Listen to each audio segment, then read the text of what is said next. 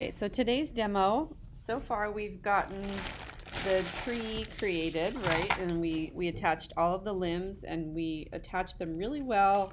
And then I took a sponge and I smoothed out the front. And then remember, before I put the figure on there, I flipped it over with another board and I attached the back and I smoothed those out. And then remember this part, this is really important. We won't be able to hang it on the wall without this hole for the nail. So flip your sculpture over and make sure you have that, okay?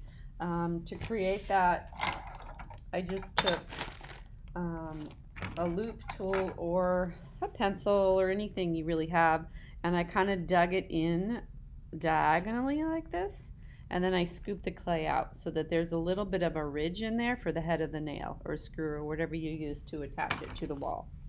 So now my sculpture it's pretty, it's like pre-leather hard. Okay, so I can still add things to it, but it's still workable. You can see that it's holding, it's not bending anymore. I don't recommend that you guys pick your pieces up and move them around a whole lot like that. I just wanted to do it so I could show you the back. And then the last time I demonstrated, I added my skeletal grandma here with the dress and everything, and I added texture to the dress.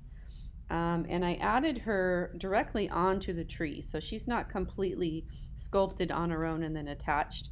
I just added clay to the tree.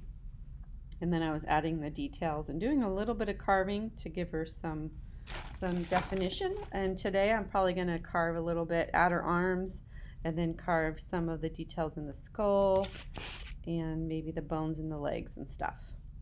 But the main thing I wanted to show you today is how do I sculpt the other elements and how do I attach them.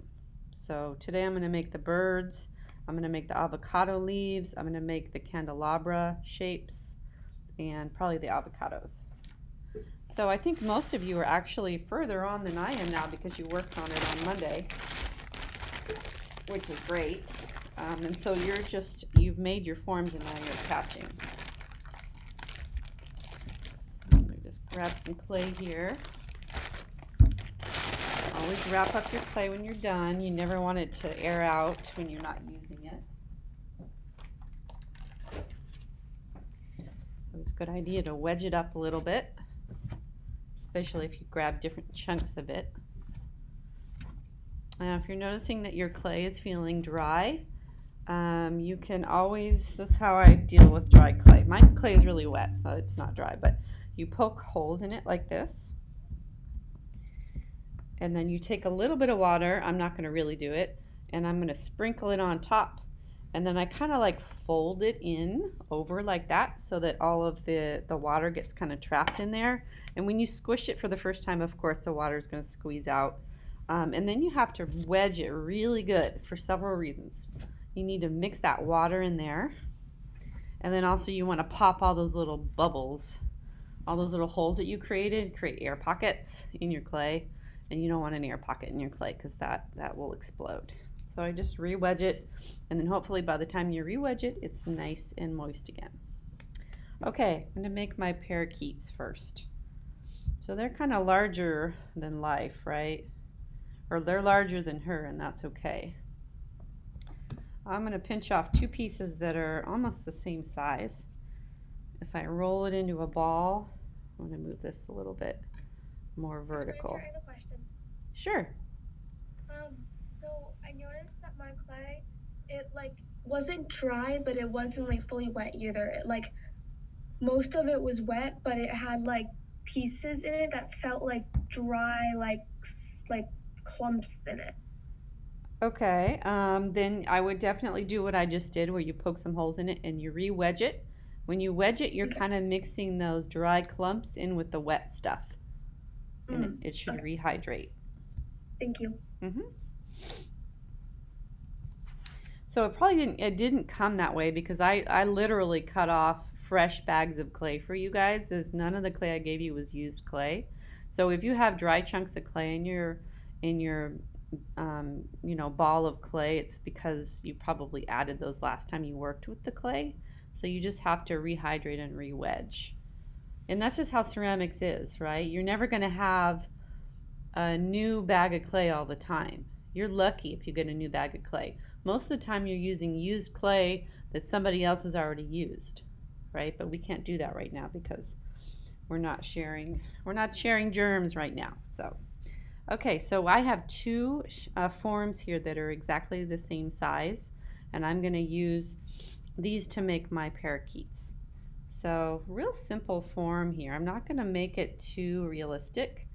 I think I'm just going to make it sort of an abstract parakeet. So I'm going to roll it out, and I'm putting more pressure on the tail because I want that part to be skinnier and pointed. Now I'm going to use my fingers to kind of really sculpt the tip of that bird tail.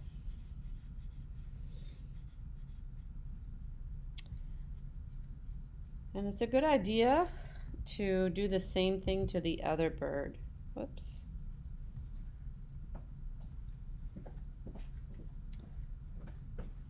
I'm going to kind of make it at the same time because we're dealing with symmetrical balance. So we want things to be the same on both sides.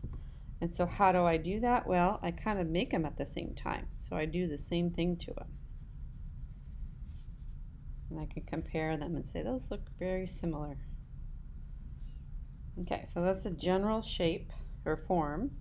Now I'm going to hold it up like this, and I'm going to, in fact, what I'm going to do is grid out my picture of the parakeet. Remember, I printed out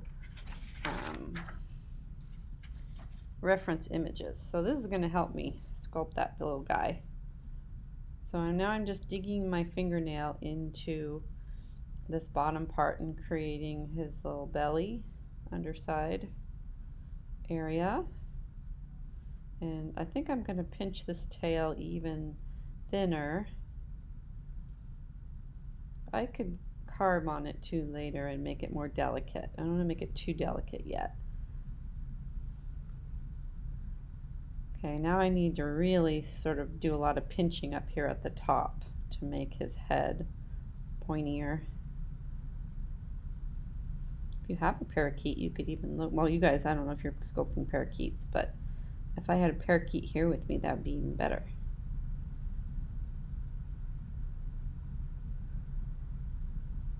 And I think I'll add the beak later. Maybe I'll make a little negative space there, knowing that I'm going to add that little beak later.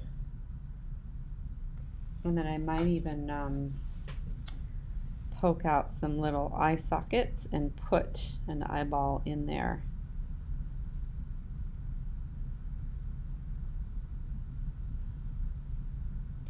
I'm looking at the proportion of the body and the proportion of the head compared to